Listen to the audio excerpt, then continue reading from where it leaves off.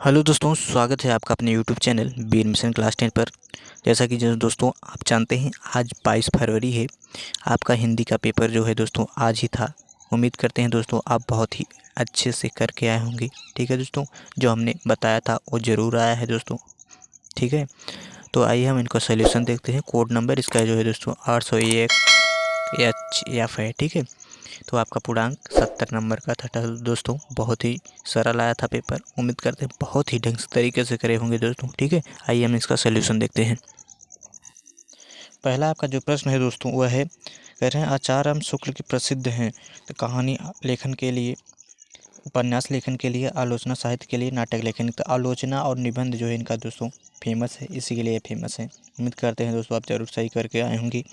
दूसरा है गोदान, उपन्यास के लेखक है। हमने ये रचना को बार बार 2-3 बार हर एक वीडियो में हमने बताया है कि ये रचना और हरिवंश राय की जो रचनाएं हैं वो ज़रूर पूछी जाती हैं, इनको हमने कराया था। तो गोदान उपन्यास के लेखक कौन है? मुंशी प्रेमचंद जी हैं। अगला है नीर का निर्माण। फिर हमने इम्पोर्टेंट बताया था, इनकी एक रचना ज़रूर पूछी जाती है। ठीक है दोस्तों, तो ये नीर का निर्माण रचनाकार कौन है? हरिवंश राय बच्चन जी हैं। आगे है आपका, कह रहे हैं झूठा सच के लेखक कौन है? झूठा सच के लेखक, उपन्यास के लेखक कौन है? यशपाल हैं।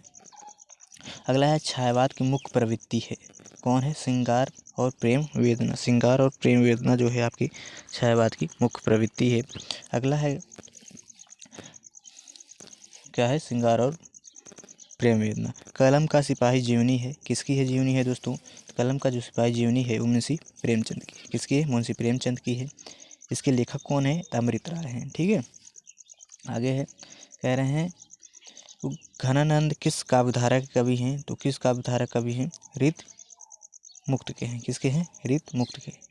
आगे देखते हैं दोस्तों, 8वां प्रश्न है दोस्तों आपका, कह रहे हैं हंस पत्रिका के संपादक हैं। हंस पत्रिका का संपादन करता कौन है?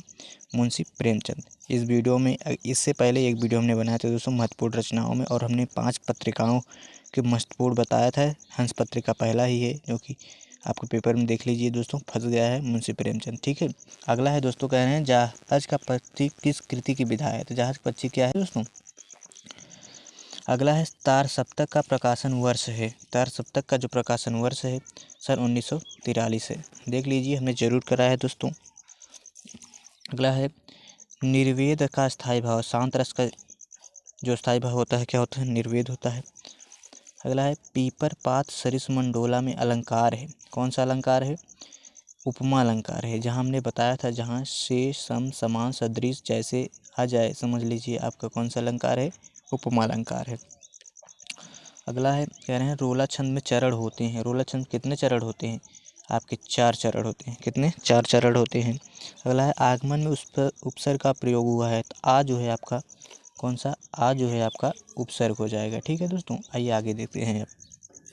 15वां क्वेश्चन है आपका, भलाई में प्रत्यय है। भलाई में कौन सा प्रत्यय है? लिखाई। पढ़ाई में ऐसे कौन सा प्रत्यय होता है? आई। आई जो है आपका राइट आंसर हो जाएगा। कह रहे हैं नीलांबर में कौन सा समास है? कर्मधारय समास है। नीला है जो अंबर, कौन सा समास है?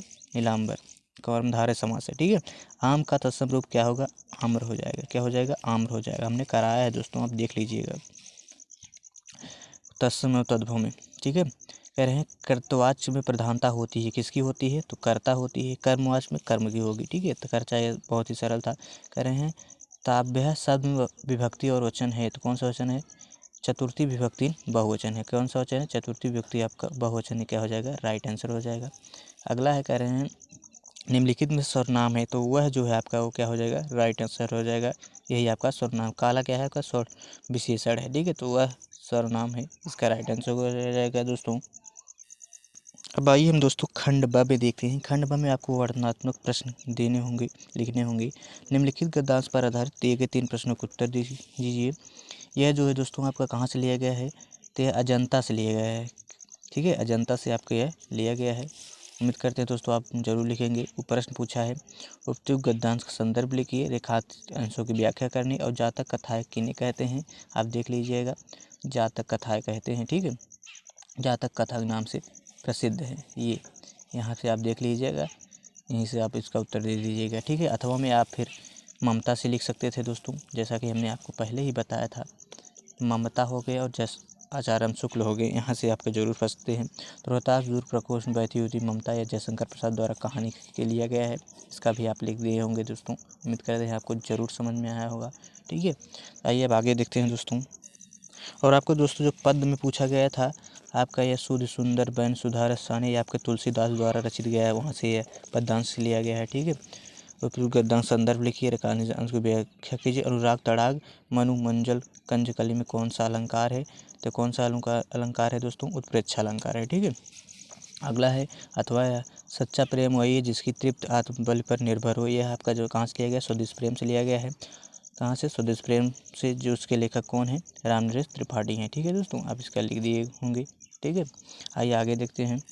आगे दिया है दोस्तों, निम्नलिखित संस्कृत गद्यांशों में एक का संदर्भ सहित हिंदी में अनुवाद करना था। ये देखिए वाराणसी से आया गया है। वाराणसी में प्राचीन काल देव गेह गेह विद्या दिव्य ज्योति, वाराणसी में प्राचीन काल से ही घर घर में विद्या के दिव्य अलौकिक ज्योति जलती है। इसको आप उम्मीद करते हैं आप जरूर अनुवाद कर रहे होंगे। अधुनापि अत्र, आज भी यहाँ संस्कृत वाग्धारा लगातार बहती है। जनानाम ज्ञानश्च वर्धते, और लोगों के ज्ञान को बढ़ाती है। इसका हम हिंदी इसलिए नहीं करा रहे हैं दोस्तों क्योंकि बहुत समय हो जाएगा। ठीक है, और ये आपके यहाँ से विश्व से इस भारतीय संस्कृति से लिया गया है। ठीक है, दिए गए पद्यांशों में किसी एक संदर्भ से हिंदी में अनुवाद करना था। बंधरम मणम वापि जो आप पराजय है, उभय समो वीर भाव ही वीरता, यह आपका वीर वीरेण पूज्य से लिया गया है। ठीक है दोस्तों, तो इसका जो अनुवाद हो जाएगा, बंधन हो अथवा मरण हो, जय हो अथवा पराजय हो, उभय समो वीर भाव, दोनों ही स्थितियों में वीर क्या होता है? समान होता है, और वीर भाव को ही वीरता कहते हैं। ऐसा जो है इसका उत्तर हो जाएगा। ठीक है, या आप दोस्तों इसका लिख देंगे सार्थः प्रसव मित्रा भार्या मित्रम गृह सति, या आप इसका क्या होंगे? हिंदी में अनुवाद कर दे होंगे। संदर्भ सहित पूछा है दोस्तों। आगे है दोस्तों आपका, आगे जो दोस्तों आपका पूछा गया है वह है अपने खंड काव्य के आधार पर निम्नलिखित प्रश्नों के उत्तर, किसी एक का प्रश्न उत्तर देना था आपको खंड काव्य के आधार पर, जो कि आपके पूछा गया था। देख लीजिएगा, जो जिस जिले में चलता है उस जिले का आपको लिखना था। ठीक है दोस्तों, अब आगे देखते हैं।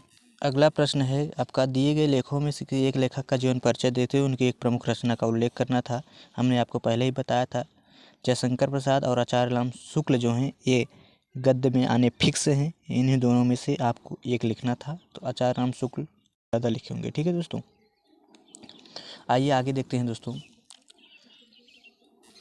आगे दोस्तों आपका, निम्नलिखित कवि में से एक कवि का रचना देते हुए उनका उल्लेख करना है। महाकवि सूरदास, महाकवि सूरदास और तुलसीदास। यदि सूर और तुलसी में से आप एक याद कर लेते हैं तो दोनों में से आपको एक जरूर पूछा जाता है, आना फिक्स है। ठीक है, यहाँ से 5 नंबर आपके पक्के हैं, और उनका एक प्रमुख रचना है, उनका उल्लेख करना है जो कि आप जानते हैं। अपनी पाठ्यपुस्तक में कंठस्थ कोई एक श्लोक लिखिए जो इस प्रश्न पत्र में ना आया हो। आपको एक श्लोक लिखना था। ठीक है दोस्तों, बहुत से श्लोक हैं, वाराणसी के भी आप लिख देंगे, या फिर वीरा विलेज पूजते से हैं तो 3 श्लोक हैं।